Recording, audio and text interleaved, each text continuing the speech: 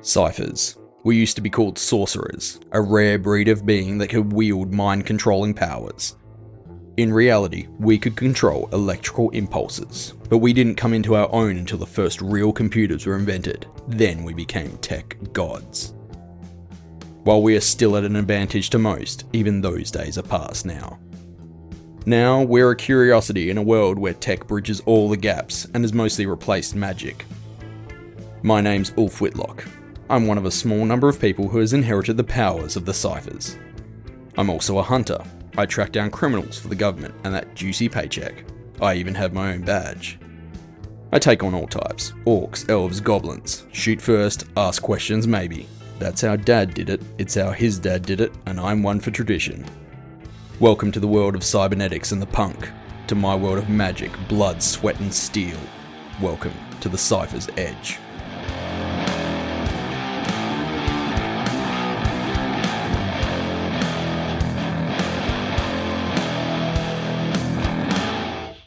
By the time we'd reached the outskirts of the city, formerly known as Bunbury, it was almost nightfall. I didn't want to venture into that place in the dark. Besides all that, I was hungry, and we didn't actually know where to start the investigation. We had a name, Sam Kellen. That was it. The witch cult she'd been abducted by, all I had was the name of the group that they'd used as a front, and one individual. I'd assumed that both were probably not going to get us very far. As I said, the group was a front, and the woman's name was probably an alias. I'd never been to Bunbury before. I'd only seen it from a distance. Going into the Reaper's Garden wasn't on many people's holiday locations. I'd heard stories though. It was hard to tell what was exaggeration and what was true. I could see tower-tall trees rising before us as we rode into the area on what had once been the Southwestern Highway. Much of the bitumen was buckled and cracked now, and Reaver had to slow down and weave through some areas to stop getting airborne off the tree roots. Even here, there was some effort made to keep the old road clear. Some people still lived here. God knew why. But if money could be made, there was always going to be someone to squeeze your wallet and see what fell out. I leant forward and spoke into Reaver's ear. I did some research. If we keep on this road for another couple of Ks, there's meant to be some sort of inn or shop or someplace. Reaver nodded, and sure enough, before too long, we were greeted with a sight to behold. I had heard that the locals had adapted to living with the new flora, but what was in front of me was quite literally next level. Two of the monolithic mangrove trees rose either side of the road, their branches linking with each other wide enough to build a substantial support for a structure, and that was exactly what had been done. A multi-leveled building sat in the branches, some rooms off to the side elevated even higher, connected by walkways. It wasn't like the polished steel and glass of the high-rises in Perth. It wasn't like the shanty buildings I'd expected either. It looked professionally constructed, if a tad on the basic side. Off to the left of the road, we ascended a ramp that had been built encircling the tree and stopping at one side of the treehouse structure. As Reaver rode up the ramp, I saw it was hinged partway up like a drawbridge. A neon sign to the side read, "Ramp up, 7 p.m. I looked at the time on my heads-up display. 6:30. Good timing. Reaver pulled the bike into a garage of sorts. There was a couple of cars and motorbikes there already, and a hovercraft covered by a tarpaulin. I stretched as I got off the bike and worked the kinks out of my back. The last stretch had been a bumpy ride. Reaver grabbed her bags off the bike and tossed me mine. While I was slinging it over my shoulder, I looked up at the wall of the building in front of us. Above it hung two remote control machine guns on swivel mounts. I took a few steps to one side, and the right-hand gun tracked me. Reaver raised an eyebrow. She was, of course, hesitant. A door in the wall opened up, and a half-elf stepped out. He was dressed in rugged blue overalls, sleeves cut off, and military boots. His one and only cybernetic arm currently showed a pop-up snub-nosed barrel. On his hip hung a machete, but his eyes, or lack thereof, were what surprised me. 3 red optics in a wide triangle where his eyes should be, the third in the center of his forehead. The black metal that they were seated in wrapped around his face above his cheekbones and stopped at his ears. I suddenly realized who and how the machine guns were being controlled. This was tech I had seen while I'd been in service, and it was common on the black market. "Is this how you greet all your customers?" I asked. He smiled. That depends if you really are customers. I motioned to Reaver. This is Reaver. I'm Ulf. We just need somewhere to crash for the night. I heard this was the last place before the garden. He nodded. Yeah, but you only got it half right. You're already in the garden. But I'm probably the last safe haven, that's true. He took a few steps forward and looked me over, no doubt scanning me for anything threatening. Those optics would see 10 times more than my eyes. What brings you down here to our little slice of hell? I opened my jacket to show my badge pinned there. I'm looking for someone. He laughed, and the machine guns dropped to their resting position. Good fucking luck, mate. He held out a hand. I'm Jarrow, the owner of the fort. I shook the offered hand. Fort? As in tree fort? Reaver asked, seeing the attempt at humour. Yeah, it's the safest way to build around here, off the ground and defendable. He pointed to the guns. They're not the only ones I got, trust me. You don't want to try your hand getting in here at night. We just need some beds for the night and a meal, Reaver said, shaking the hand he held out to her. Yeah, I can help you there. You got here just in time. Sorry about the hostile welcome. Can't be too cautious this time of day. He turned and walked back to the door, holding it open for us to walk through.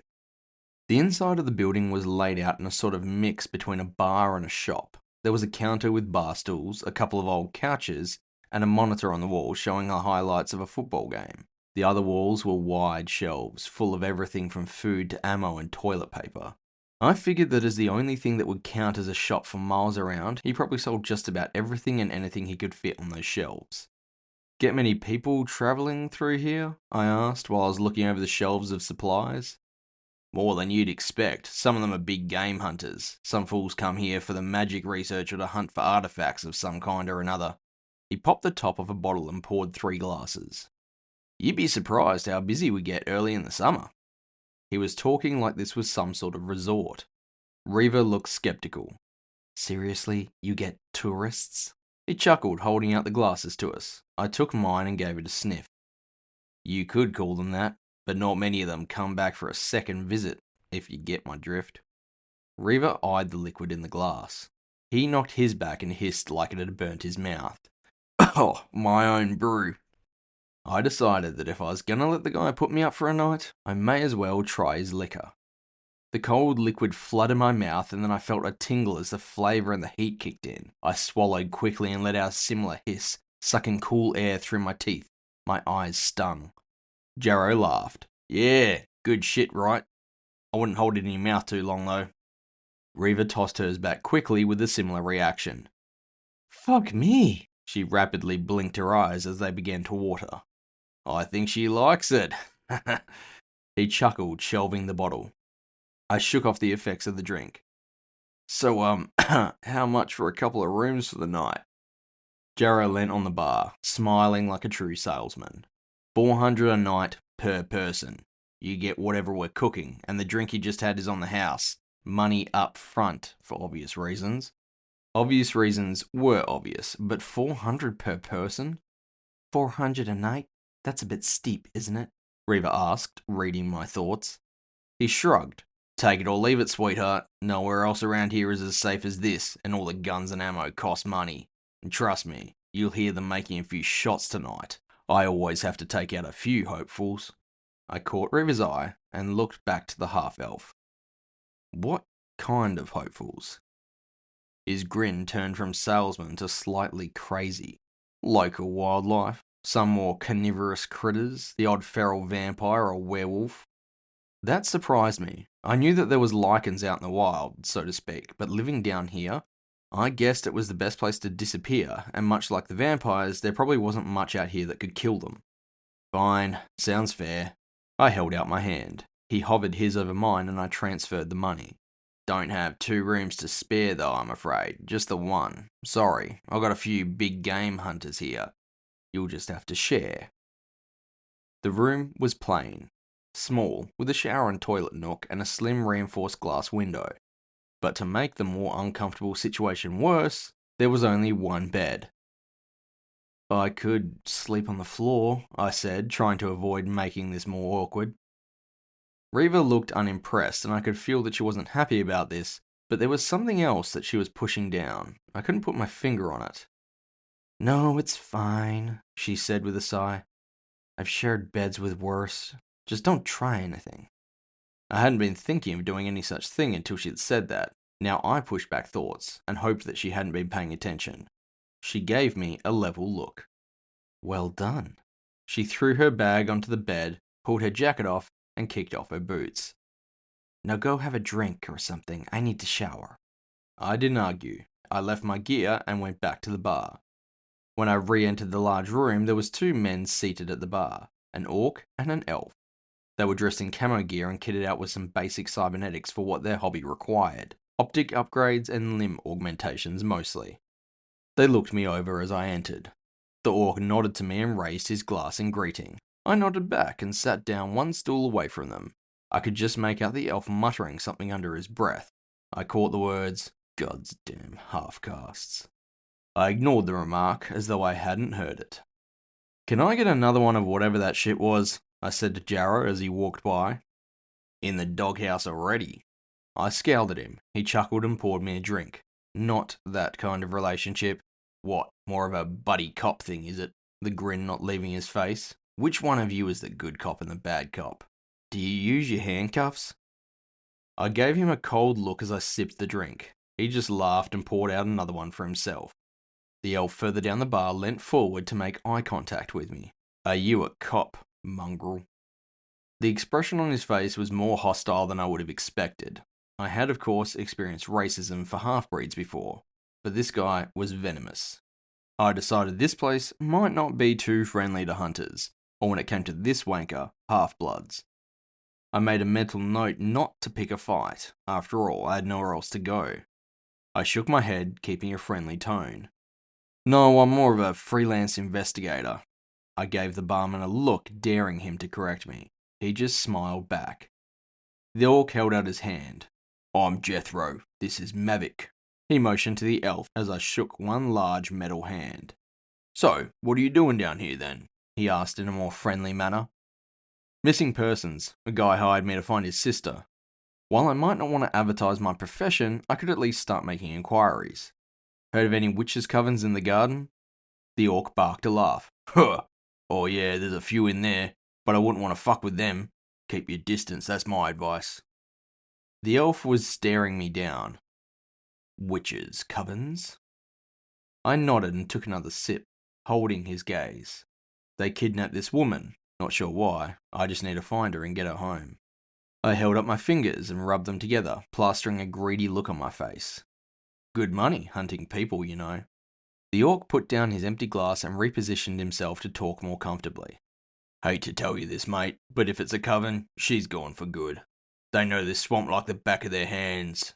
They're the only ones who don't have anything to fear at night," the barman put in. "The kinds of wards and curses they string about their patches, they don't mess about." I grimaced. I'd known this was going to be a hard task, but this was sounding more and more impossible. "Don't suppose you fellas have heard anything about any covens in particular recruiting or doing experiments?" They shook their heads. "Nah, but..." The orc pointed to the other side of the room. I turned on my stool and saw a man sitting on one of the couches. I didn't know how I'd missed him when I walked in. "That's our guide. If anyone knows anything, it's him."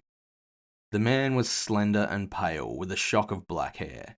He didn't look like much. A pair of round lenses rested on his nose, and he held an old-fashioned hardback novel open in front of him. He looked up over the top of his glasses and smiled at me. I fought back the urge to recoil as his teeth showed from between his lips.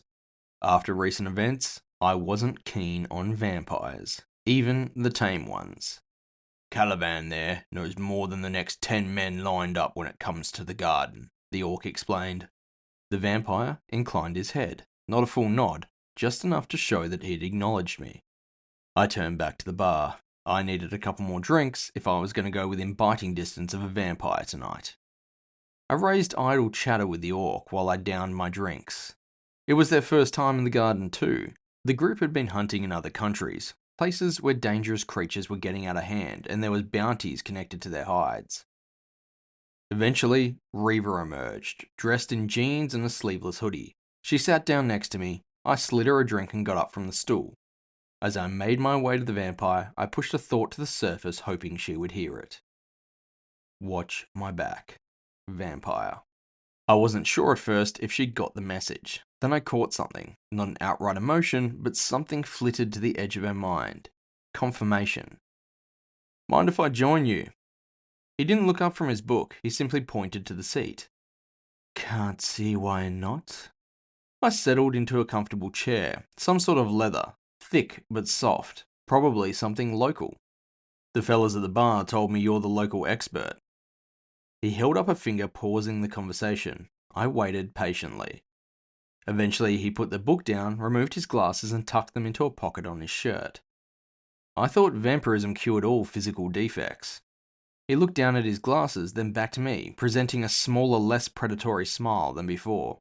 Common misconception. It stops any further degradation and repairs any damage done after infection.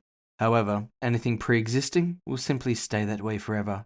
If I infect a man with no hand, it doesn't grow back. I'd never thought about it. It made sense. If that wasn't the case, anyone with augmentations would be in a very odd shape after infection. So if I cut your legs off now, I left the question open-ended. It was dumb, and obviously not smart to antagonize someone I was about to ask for help. But sometimes I couldn't help it. My mouth just had a mind of its own. Lucky for me, he laughed it off. I would eventually grow them back if I couldn't reattach them, that is.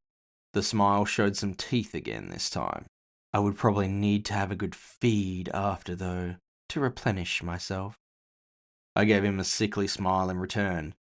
Well, I won't dismember you, and we'll keep those teeth of yours behind those lips, shall we? He gave a mournful sigh. Oh, killjoy. Look, I'm trying to find a witch's coven. I'm looking for a missing girl. Yes, I heard you from the bar. You must be on some very good money to be risking your neck down here for that.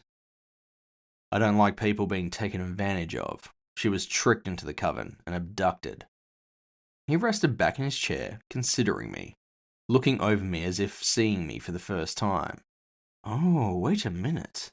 I know what you are. A hunter. Somehow he pronounced the capital H. I glanced to the bar, but the other two weren't paying attention. They were trying their luck with Reever. Oh, don't worry about them. Your girlfriend has them well and truly distracted. Not my girlfriend? He smirked. Good to know, but I know that white streak. Half-elf, and I'm willing to bet there's a good number of augmentations under those clothes. He winked at me. Among other things? I'd never had a vampire flirt with me before. I wasn't sure if he wanted to take me to his bed, or eat me, or both. He continued. You're Ulf Whitlock. Yes, I've heard about you. I was more surprised than I had been when Hercule had recognized me. It was one thing for a hunter to know another hunter, but for some random vampire to recognize me, that was unsettling. How do you know who I am? I asked in a hushed tone. Please, among certain circles you're quite well known, Black Dog. Color me intrigued. A federal bounty hunter down here on a missing persons case. I will of course assist you in any way I can. I didn't believe that for a moment. No one ever wanted to help hunters. Not out of the goodness of their own hearts, anyway. You can start by telling me if any of the covens you know fit the MO. He put his book to one side and got into an even more relaxed position, if that was possible. He lounged, like only predatory creatures can. Well, there's a couple. Some of them use outsiders as experiments for all sorts of chaotic magic. I've seen some dumb tourists go off on their own, only for me to find that they've been taken by those mad bitches. Ever get any of those tourists back? He barked a laugh. Ha! I might be immortal, but I'm not invulnerable or stupid. They pay me to be a guide. I do what I can to fend off some of the locals, but if they go off on their own, contract void. I narrowed my eyes. How often do you bring your visitors back alive? I beg your pardon, but I have quite a high success rate, or I wouldn't get recommended to those meatheads at the bar. That actually led me to a question that wasn't necessary, but I just had to know. Why do you even do this? I know that you'd have a survival advantage out here, but surely this can't be your first choice of job. He grimaced. It was the first expression he'd made that wasn't graceful. Let's just say that some events Not my fault, you understand, have forced me to lay low for a few decades, while everything blows over. I nodded and tried to run an ID check on him as he said this, but the signal down this end of the state was rubbish. The magical fields messed everything up, and no one would look for you in a swamp like this. I'm not worth that much effort. I wasn't sure if I believed that. Back to you, though. You said the girl was brought here, abducted? I nodded. Yeah, taken by some peace and harmony hippie group. He looked thoughtful, drumming his fingers in a rhythmic slur. There's only two that I know of that would let their members even leave the garden. If they're bringing fresh meat here regular, they'd need some sort of connection with the outside world. I didn't like the way he said fresh meat. Vampires. I don't suppose you could guide me to them? He shook his head. I can pay. No, sorry, I have prior commitments, and while I'd love to jaunt in the garden with you by moonlight, you can't pay me enough to take you into their territory. Are they really that bad? He shrugged. Not as such, don't get me wrong. They are deadly and moody at that, but I have an unspoken truce with them. It's not worth jeopardizing my business. A map, then? I asked, with no real hope. I tell you what, you promise not to come back here for me when you get back to Perth, and I'll give you my personal maps for free. I raised an eyebrow. Your bounty that big? I don't know, actually, to be honest. So why even raise my interest in the first place? He gave me a look that said I'd just asked a remarkably dumb question. You're the black dog, you'd find out about me eventually. And oh yes, I remember that dashingly handsome vampire. I do wonder where he is now. I doubt I can run far enough. I thought he was giving me a little bit too much credit, but I didn't say so.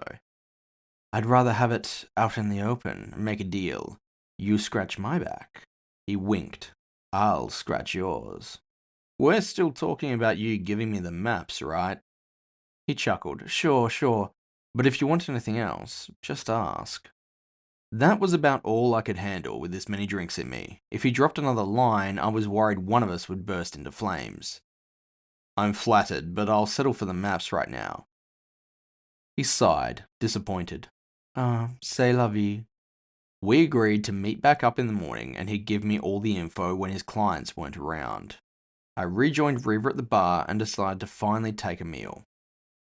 The food wasn't anything to write home about. It was a stew, of sorts. I didn't recognize half the ingredients and I didn't want to. Ignorance was bliss, after all. The two that had been hitting on Reever had realized that they weren't going to get anywhere with her sober and had started buying her drink after drink. She was putting them away like a uni student on a pub crawl, matching both the big game hunters drink for drink. As the hands of the clock spun round, I saw them worse for wear while Reever only looked moderately tipsy. There was something else at play, but I didn't want to give the game away, and Reever was giving off emotions that I could only describe as joyful. Eventually, the orc and the elf called it quits for the night. It took a little encouragement from Jarrow. As he and Caliban helped the two back to their rooms, I turned to Reever. Okay, what the hell? How did you do that?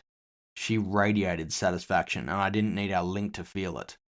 I don't know what you mean, she said, innocently, like butter wouldn't melt in her mouth. They were lubricating your joints so much you should be unconscious. She smirked. We all have our secrets. Then it dawned on me. I looked at her midriff, remembering the scars and marks of augmentation surgery across her body, her otherwise unmodified torso. You have a detox unit. She didn't reply. She just finished off her drink looking self-satisfied. That's cheating, I chuckled. You think those two are the first ones to try and play that game? Besides, most underground fighters have them. Stops us from being the target of doping, for good or bad. That was true. I knew Jasper had one. No one could drug them to lose a fight, and they couldn't take any performance enhancers either. It did stop you being able to get hammered, though. They were a very specific type of tech and 90% organic. It was why I hadn't noticed it before. She pulled her bowl of stew over, cold though it was now. On top of that, it will keep me alive after eating whatever this is. She dipped the spoon in and lifted a length of pale meat from the bowl. I winced. I find if you just close your eyes, it goes away faster. That night, Reever and I spent a restless sleep, trying not to roll onto each other, and waking to the sounds of the security system intermittently firing off at God's knew what. I wasn't sure where to start when the sun came up in the morning. This place was a jungle, and I could only hope that Caliban's maps were accurate. Between the kinds of people I was about to go up against and the wildlife in this place, I hoped this lawyer was worth it. I shifted as quietly as I could and regarded Reever as she slept. I hoped she was up to the task. She was capable, but this wasn't a boxing ring. Hell, I didn't even know if I was up to the task.